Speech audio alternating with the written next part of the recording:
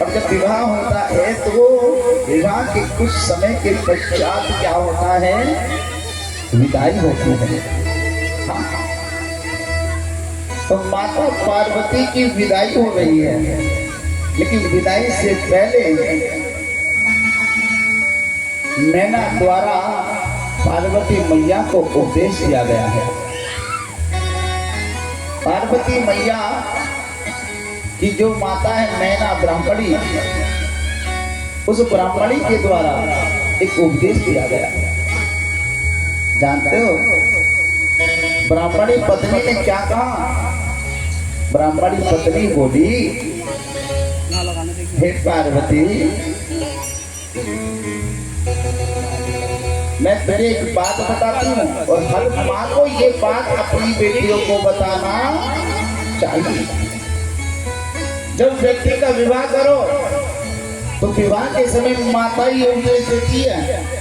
माता ने अगर गलत उपदेश दिया तो उसका निर्णय भी गलत ही निकलेगा। वही उपदेश माता पार्वती को दिया है। क्या उपदेश दिया कि धन्या पतिव्रता नारी नान्या पूजा विशेषितम पावनी सर्वलोकानां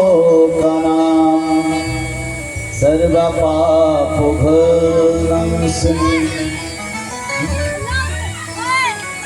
उपदेश ये दिया कि सेविते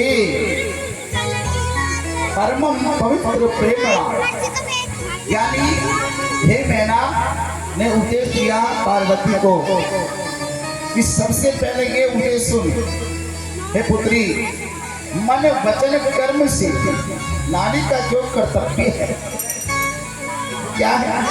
नारी का कर्तव्य कि मन वचन कर्म से ही पति के चरणों की सेवा करनी चाहिए।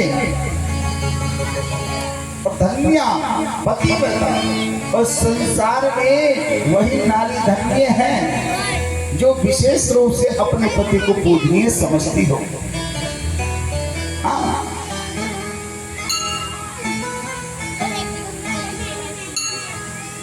नैना देवी कह रही है कि करहु सदा संग कर पद पूजा, नारी धर्म पति देव न दूजा। नारी का कोई और धर्म नहीं है। और पार्वती एक बात और सुन, हिकत विधि सृजहि नारी जग माही, पराधीन सप नेहु सुख नाही। हाँ? अर्थात कि अपने पति के चरणों में अनुराग रखे, पराधीन, सपने हो सुख नाही, इस सपने में भी किसी और पुरुष का दर्शन ना करे। ये नारियों का लक्षण होना चाहिए। पति को ही भगवान समझना चाहिए, उसका सेवा कर्म करना चाहिए। हे बेटी, और सुन, वही नारी श्रेष्ठ है जो पति की सेवा करती हो। तो जानते हो मैयाओ, नैना देवी बोली, तुम सदा शिव की सेवा करना। जब तक पति सोना जाए तब तक मत सोना, जब तक पति सोना जाए तब तक सोना भी मत। हाँ, अब जब पति भोजन कर ले तब भोजन करना, और पति के टूटे भोजन को प्रसाद समझकर ग्रहण करना। क्या करना? पति के टूटे भोजन को प्रसाद समझकर, क्योंकि पति ही परमेश्वर है। उसके खड़े रहने पर खड़ी रहना, और घर में सदैव अपने पति के ही निकट रहना है। ये उपदेश माता पुत्री को दे रही है।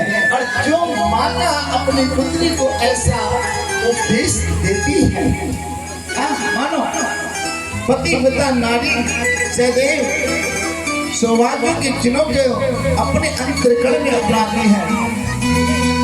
माता मैना ने पुत्री से कहा, हाँ, कभी कभी हल्दी से स्नान करना, कुमकुम से स्नान करना, अपना 16 श्रृंगार रखना, लेकिन कब तक? बोलो, 16 श्रृंगार तब तक करना जब तेरे सामने तेरा पति खड़ा होगा। माता पुत्री को बताती है कि ज्यादा देर दरवाजे पर भी खड़ा मत होना। हाँ,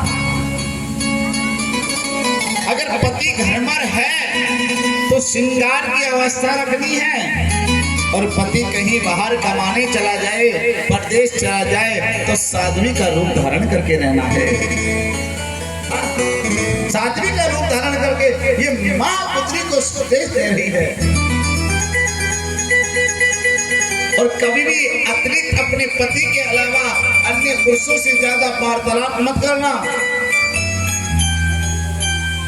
हाँ, क्यों वार्तालाप इसलिए नहीं करना? क्योंकि भक्तों, अन्य पुरुषों के मन की स्थिति का नहीं पता कि उसके मन में चल क्या रहा है। तुम 2 शब्द उससे मीठे बोलना शुरू कर दो, उसके मन में क्या उत्पन्न हो जाए ये तुम नहीं जानते। माता का उपदेश है, लेकिन आजकल की माताएं ऐसा उपदेश नहीं देती हैं।